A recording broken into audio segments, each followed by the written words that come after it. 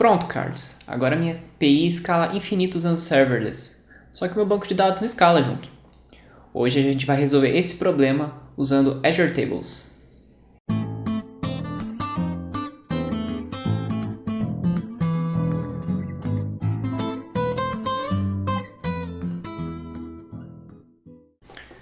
Fala, meu povo, minha porra, meu programador, meu arquiteto, que está aqui acompanhando esses vídeos.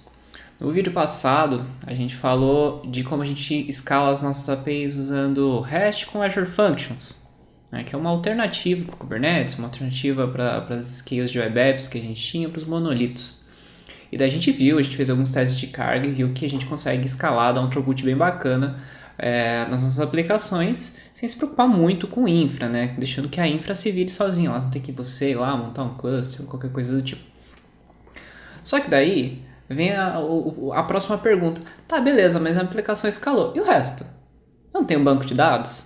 Aí você tem lá um banco de dados, SQL, padrãozão, MySQL, Postgres, um Microsoft SQL, qualquer coisa. Só que ele tem um limite, ele não é serverless. Agora na Azure até tem lá umas opções para você subir um banco Microsoft SQL serverless, mas ainda assim você tem que colocar um teto neles, coloca um limite, você tem um valor mínimo lá e ele é bem mais caro quando você habilita na opção de serverless. Hoje a gente vai falar então de uma opção que realmente é serverless, que é um banco como serviço, que é o Azure Tables, Microsoft Azure Tables, o Azure Table Storage, né, que eles chamam, que nada mais é do que uma storage account com tabela dentro. Aí aqui você pode criar N tabelas. E qual que é a vantagem disso aqui? Primeiro, assim como lá no Functions, a nossa vantagem é que a gente era cobrado por execução, aqui também a gente é cobrado por execução. Eu até tenho, acho que algumas coisas de preço aqui. A gente é cobrado por armazenamento, logicamente, né? Ele é um armazenamento, ele é um storage, mas é um storage muito barato. Então, 29 centavos por mês por giga. Então, bem barato para você ter, sei lá, se você tiver um banco muito grande, o seu banco vai ter 20 GB, vai ser quase de graça. E daí ele é cobrado por operação, né? Ó, eles cobram 0,01764 cada 10 mil transações de tabela. Esse aqui é o preço em reais, já na região do Brasil. Então ele é bem barato, ele é bem barato, mas logicamente tem seus trade-offs. Ele não é um banco relacional, ele é um banco de tabelas. Eu tenho tabela, eu coloco o dado na tabela, eu tiro o dado da tabela. Para algumas aplicações já inviabiliza totalmente. Tem aplicações que você realmente precisa de um banco relacional, que você precisa fazer joins, milhões de joins lá com uma tabela, outra, para isso, para aquilo, para fazer transação principalmente. Então, para alguns casos, ele não é recomendado. Outras pessoas vão querer ir para outros tipos de banco também, como Cosmos DB, né, ou outros bancos de documento, que também são apropriados para cenários específicos. O Azure Tables ele é muito bom para quando você tem muito dado, muita leitura de dado específica, mas tipo dados que você não quer fazer sorte deles, você não quer paginar eles por um período específico. Tipo, ou você traz tudo, ou você não traz nada, ou você traz um recurso específico por chave. Para isso ele é muito bom, ele é muito rápido e ele é muito barato. E ele é muito escalável porque ele te cobra por execução também, assim como no Functions. Você não tem que escolher lá um teto, assim, eu quero que o meu banco escale até tanto, depois de tal tanto ele vai começar a retornar 429. Então é muito bom para essas APIs que você não tem tanta complexidade, você quer simplesmente um storage lá para sua API. E também tem outros benefícios no desenvolvimento que quando a gente traz um banco SQL, principalmente, a gente acaba criando muita lógica dentro do banco, a gente começa a criar procedure, a gente começa a criar carries complexas para trazer o dado mais otimizado do banco, e a gente começa a espalhar a regra de negócio. Então a gente para de colocar regra na aplicação e começa a colocar muita regra no banco, e começa a ficar difícil tanto para as pessoas novas que entram no teu time entenderem aquelas regras espalhadas, quanto para você identificar problemas. Às vezes, tipo, o problema tá na minha carry, que eu começo no meu service, tá na minha procedure, que eu chamo no meio do caminho, tá num fork dentro da minha aplicação, onde é que está o problema, né? Quando eu vou dar uma manutenção, eu tenho que às vezes alterar a procedure e alterar a lógica do meu código em C Sharp, em Java, em qualquer linguagem. E isso, de certa forma, também é ruim. Quando você centraliza a lógica num ponto só, que é na sua aplicação, que é onde deveria estar toda a lógica, fica muito mais fácil de você dar manutenção, de das pessoas entenderem o que está acontecendo. Então, tem N benefícios. Então, eu vou trazer um formato um pouquinho diferente hoje. Geralmente, eu vou construindo com vocês aqui a aplicação. Essa, como eu queria realmente mostrar muito mais o conceito e um uso, né, uma aplicação do Azure Tables, eu peguei a mesma API que a gente já tinha construído, dei uma incrementada nela aqui, dei uma tunada. Ela não tinha um banco de dados, ela basicamente batia no trigger do function e devolvia, né, devolvia lá um dado específico. Agora eu estou batendo no Azure Tables para pegar esse dado, para escrever o dado, para ler o dado. E a gente vai ver como ela escala tranquilamente junto com a function. Eu não tenho lá um limite que eu vou bater. Aliás, tem limites, mas os limites são bem altos. Tem até bastante material da Microsoft dizendo quais os limites, né? Ou até onde escala, até onde eu posso... o que eu tenho que fazer para ter mais escala. Tem algumas diretrizes de design aqui que eu vou falar também. Quando você desenha para leitura, quando você desenha para escrita. Então tem bastante coisinha legal. Vamos lá. Então, começando pelo projeto aqui. A gente tinha um Azure Functions que a gente tinha criado já no vídeo anterior. Que ele basicamente era um get movies. Eu ia lá, dizia se passava um move, se ele achasse um move ele devolvia uma mensagem específica, senão ele devolvia não encontrado. Agora o que a gente vai fazer aqui? Eu criei 3 métodos, 3 endpoints. Um endpoint que vai trazer os nossos moves por categoria. Não tinha categoria lá no vídeo passado, agora a gente implementou o conceito de categoria. Tem um aqui que vai trazer o filme por ID.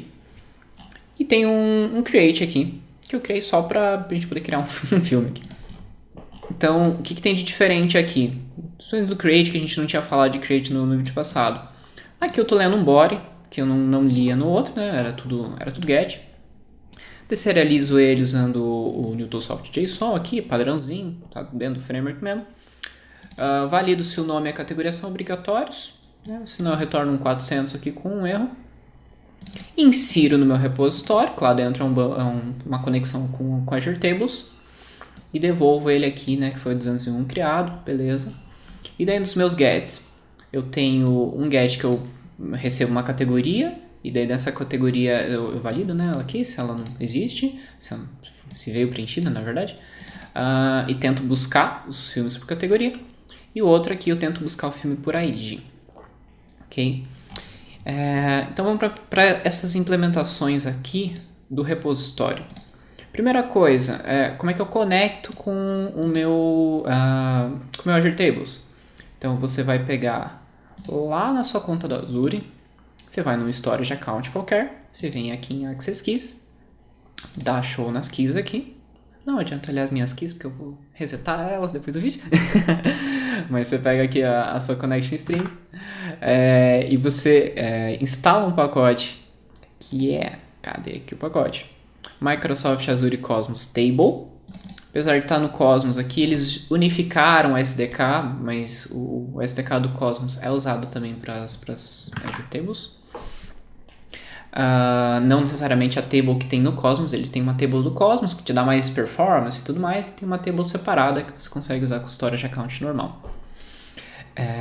Então você vai criar um client aqui com a Connection String.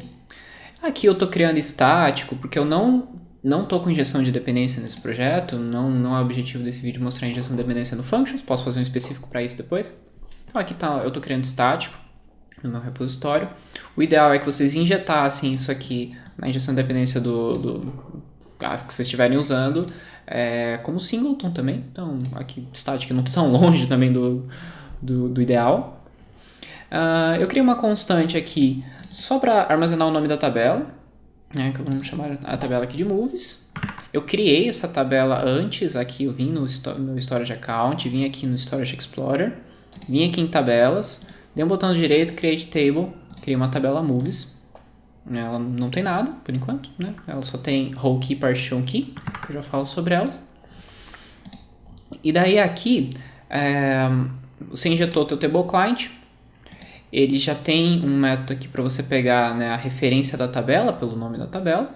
Então, você pegou a tabela aqui, e aí você cria carries, muito parecido com o que você usa lá no Entity Framework mesmo. Ponto .where aqui, x, ponto, sei lá, ponto name igual a alguma coisa. Entendeu? Então, você consegue montar de uma forma bem tranquila, usando link aqui, as tuas carries, do mesmo jeito que você fazia. Ele transforma isso aqui numa table carry, né?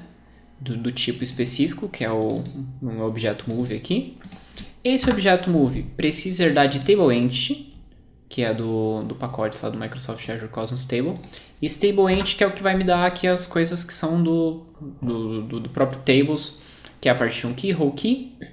Um timestamp, que ele já atualiza automaticamente pra gente, a gente não tem que controlar, criar um campo de data de atualização, ele cria pra gente sozinho. E um etag aqui, que também é um campo de controle dele. Você não mexe nesses dois campos, ele vai mexer para você. E esses dois campos aqui, o partition key e o whole key, são a chave primária do seu dado qualquer que seja. Então, a tua chave é sempre partition key mais whole key. Nenhum desses dois campos pode ser nulo, né? Você não pode passar nulo. Você pode passar vazio em algum deles. Você pode ter, sei lá, o partition key preenchido e o whole key vazio, string vazia, ou o contrário. Mas nulo você não pode passar em nenhum dos dois campos. Ambos são campos string. E qual que é a ideia do partition key e whole key? A partição é um agrupamento do teu dado. Então você tem um grupo de dados que é uma partição. Então, para que você pode usar isso aqui? Para N casos. Vamos supor que você tem, sei lá, vários alunos e você quer gravar notas dos alunos. Então, uma das suas partições pode ser o ID do aluno, por exemplo. Porque daí, quando você mandar pedir as notas do aluno, você quer geralmente todas as notas ou as notas de um período específico. Então, você vai mandar pegar as notas de uma partição pequena. Então, é como se você tivesse pequenas tabelas. E essas tabelas elas ficam agrupadas no mesmo servidor, logicamente no Azure Tables. Então, o Azure Tables ele escala horizontalmente, então ele vai espalhar isso em diversas máquinas. A diferença é que quando você cria uma partição, ele dá preferência para criar os dados daquela mesma partição no mesmo servidor. Então, quando você faz buscas usando a partition key, a tua busca é muito mais rápida, porque os dados estão agrupados no mesmo lugar. Então é muito importante você desenhar bem qual que é a sua partition key. Depois a whole key é um identificador único dentro daquela tua partição. Tá? Então vamos lá. Além dos campos lá padrão, eu criei aqui ID, Name, Description e Category. E esse category aqui, eu convencionei que vai ser a nossa partição. Então, vamos supor que eu tenho um blog lá de filmes e eu quero mostrar os filmes de uma determinada categoria. Então, é interessante que a minha query seja particionada pelas categorias. Porque daí, quando eu mandar buscar uma categoria específica, o Tables ele vai otimizar essa minha busca para ir buscar numa partição específica, num servidor específico aqueles dados. Então, isso vai fazer com que a minha busca seja mais rápida. Eu tenho um ID, guide aqui, identificador único qualquer, podia ser qualquer tipo de identificador, podia ser um identificador natural também, não artificial igual esse. E dois campos aqui, nome e descrição. Então vamos lá. Vamos voltar para o repositório. Cadê o repositório? Então, aqui você monta uma query. Aqui tem uma extension que não está no framework. Esse aqui você encontra várias versões dela por aí na internet. Acho que a versão mais antiga que eu encontrei foi nesse Git aqui.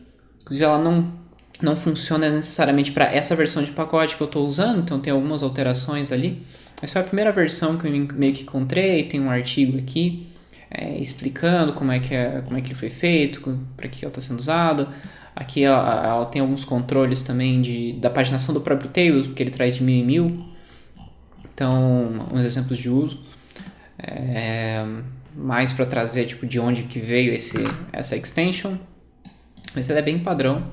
qualquer projeto que vocês veem com Tables vai acabar usando essa extensão aqui, que é uma extensão para transformar as carries em assíncronas, porque o SDK até tem a opção de você fazer a carry mais síncrona.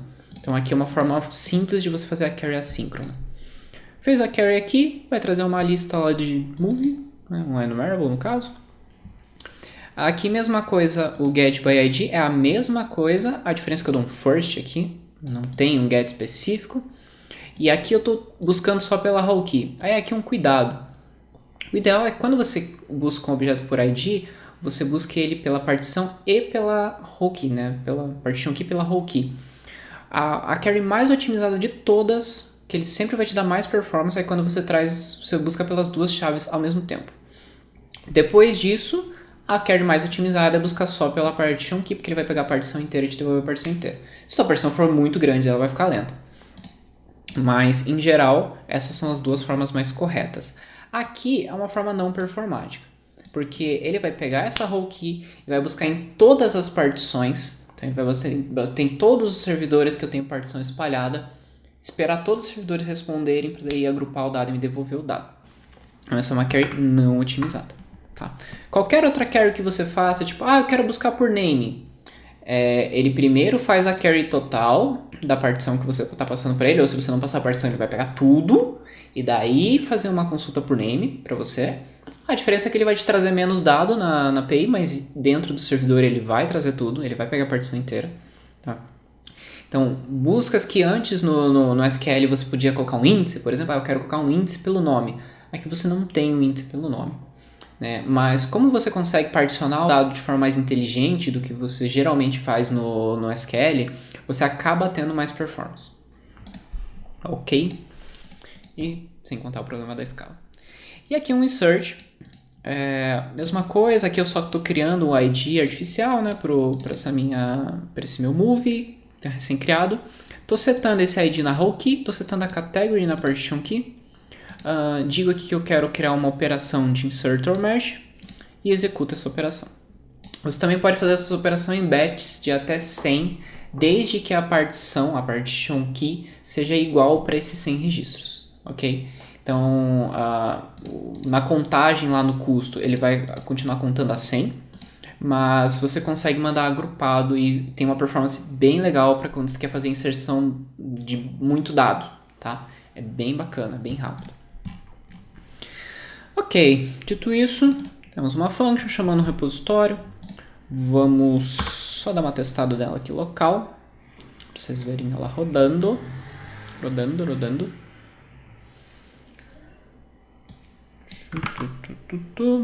Deixei meio pronto aqui no Postman. Tava vazia, né, nossa table aqui no Azure. Tá vazia aqui ela, cadê? Atualizar ela, tá vazia. Vou rodar aqui o post. Ele vai criar aqui, ó, criou um ID artificial. O nome do filme é Batman. Categoria é ação, descrição: um homem morcego muito doido que combate o crime enquanto vive uma vida dupla de multimilionário. Vida dupla, no caso, multimilionário e homem morcego. Sim, gosto de Batman. E daí agora eu vou fazer um get aqui pela categoria. Pra gente ver, categoria ação. Se eu passar uma outra categoria aqui, sei lá, romance. Vai retornar vazio, né? Eu não tenho nenhum filme de romance. Vamos criar um romance aqui então, né? Vamos lá. O que é um romance? Crepúsculo é considerado romance? Vamos lá. Crepúsculo. Vai ser um romance, né? Aquilo lá. Deixa eu ver. Um vampiro que brilha no sol. E uma mocinha mais branca que o vampiro. No final, a vampira também. Acho que é uma boa descrição para Crepúsculo, né? Escrevi certo aqui? Acho que escrevi. Vamos lá, criar aqui Crepúsculo. Nossa, escrevi errado ali a categoria, né? Vamos criar outra. Criar mais um. Romance. Agora se eu buscar por romance aqui, ele achou romance. Vamos olhar aqui no Tables. Deixa eu olhar aqui, vamos atualizar aqui. Aí tem aqui a ação, que é o meu Homem-Morcego aqui, meu Batman, meu Crepúsculo errado aqui. Deixa eu até excluir esse cara aqui. E esse aqui, Romance. Beleza, beleza, beleza. A gente também pode usar o Microsoft Azure Storage Explorer, tá? Aqui eu estou usando online mais para exemplo mesmo, mas no dia a dia você acaba usando esse cara aqui que ele é bem bacaninha. Você gerenciar suas coisas. E vamos dar um get aqui também por ID, pra gente ver o get por ID funcionando. Bonitinho, bonitinho. Get por ID funcionando. Então, eu já criei a function, recriei na verdade do outro vídeo. Eu já publiquei essa versão que eu estou testando local aqui, ela está publicada. Então tem, o que tem de alteração aqui? O que temos de alteração aqui? Só coloquei nos comentários. Ela já está publicada e eu já preparei um testezinho de carga aqui também pra gente fazer com aquela busca ali do ação, né? Deixa eu até rodar ela local aqui pra ver se ela tá ok. Ok, trouxe meu Batman aqui. Trouxe em 900, 55, 45. Tava desligada a function, provavelmente. E agora vamos rodar aqui. Vamos colocar 100 usuários virtuais para começar com 10 iterações. Vamos brincar? Vamos lá. Vamos ver. Então terminou já as 1000. A média ficou em 332 milissegundos e 99% do tempo, com vazão de 418 por segundo. Lembrando aqui, a gente está consultando o Azure Tables em todas as requisições. Aqui não é mais só uma function que não faz nada. A gente lá na function que não fazia nada, a gente estava batendo mais ou menos 1000 por segundo. E aqui a gente está conseguindo um throughput bem bacana também. Vamos colocar 1000 usuários agora aqui e vamos ver o circo pegar fogo. Vamos fazer os negócios escalar. Vamos ver. A média logicamente vai subir, a gente está escalando tudo junto. Vamos ver o negócio escalando. A vazão também está bem bacana. 700, 600 e pouco. Meu JMeter deu uma travadinha. Ficou em 535. O que é uma vazão muito boa. Para a grande maioria das aplicações você vai escalar isso tranquilamente. A média ficou em 821, a média em 95% ficou em 6 segundos, subiu um pouco ali. Provavelmente, se a gente rodar de novo aqui, acho que ele vai ficar um pouquinho melhor, porque já deve ter escalado um pouco mais de máquina lá no Functions também. Escalou mais máquina lá, foi para 1000. E vocês veem que assim, é o Function escalando. Enquanto o Function ainda estiver escalando, o Azure Tables vai escalar junto com ele. Então a gente dificilmente vai ter problemas do Azure Tables ser o gargalo aqui. É muito mais a function entender que ela precisa escalar mais ou que precisa escalar menos. Ok? Deu um percentualzinho de erro aqui, mas bem pouca coisa. E ficou naquela vazão ali de uns 400 e poucos, 500 por segundo. Considerações do Azure Tables. Posso usar sempre? Não. Você precisa analisar o caso e entender. Mas para a grande maioria das aplicações simples, que você não tem que obrigatoriamente relacionar muita coisa em tabela, é uma ótima opção, vale a pena considerar.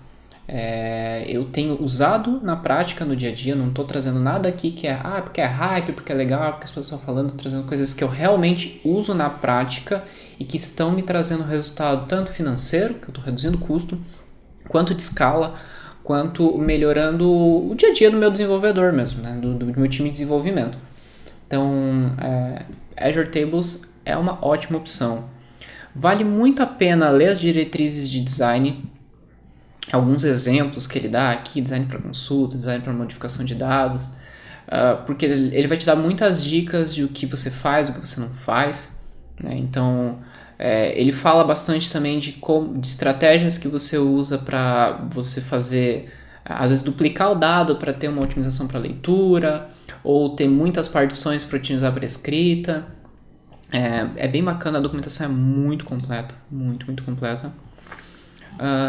Aqui ele fala inclusive dos batch transactions. Ele fala algumas coisas aqui sobre boas práticas, os targets de escala, né? Então, aqui tem muito conteúdo, muito conteúdo. É tudo muito bem explicado. Aqui tem alguns exemplos, né, de como que ele está como que ele tá desenhando a tabela, como que ele está desenhando o dado, como que ele desenha as partições. Aqui tem algumas coisas sobre os limites, né? O tamanho máximo de uma tabela única, então são 500 tera, o tamanho máximo de uma entidade, né, de uma linha da sua tabela, que é um mega. O número máximo de properties na table, né, que são as colunas, são 255, um número bem grande. Tamanho máximo da partition key, tamanho máximo da row key. Ele fala ali também de algumas estratégias, às vezes, que você precisa de... A gente tem 2 campos para ser chave. Às vezes a gente precisa de mais campos para ser uma chave composta nossa. Então o que a gente faz? Concatena uma com a outra. Então eu tenho uma row key, que é o nome do aluno mais a matéria, por exemplo. E daí ali eu tenho a nota. Então essa é uma chave composta. Ele fala para usar essas chaves para você otimizar, para você fazer outras partições de leitura, enfim, é bem bacana.